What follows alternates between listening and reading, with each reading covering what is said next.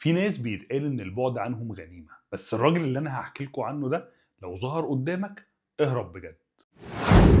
جوناثان لي، الراجل ده رفع قضية على أمه عشان ما أحسنتش تربيته وأخد منها 20,000 دولار تعويض، ورفع قضية على شركة طيران عشان طياراتها بتزعجه وهو نايم، ورفع قواضي على أغلب أصحابه وجيرانه لأسباب غريبة، ووصلت عدد القواضي اللي رفعها على الناس ل 2600 قضية. اتسجل في موسوعة جينيس كأكتر إنسان رفع قضايا، ولما عرف رفع قضية على المسؤولين في موسوعة جينيس عشان يستخدموا بياناته من غير ما ياخدوا منه إذن. جوناثان جمع حوالي 850 ألف دولار من التعويضات في القواضي اللي كسبها. في يوم من الأيام جوناثان كان ضيف في برنامج تلفزيوني، وفي خلال الحوار قال أنا مش عارف ليه بقيت وحيد والناس كلها بعدت عني، فالمذيع ضحك.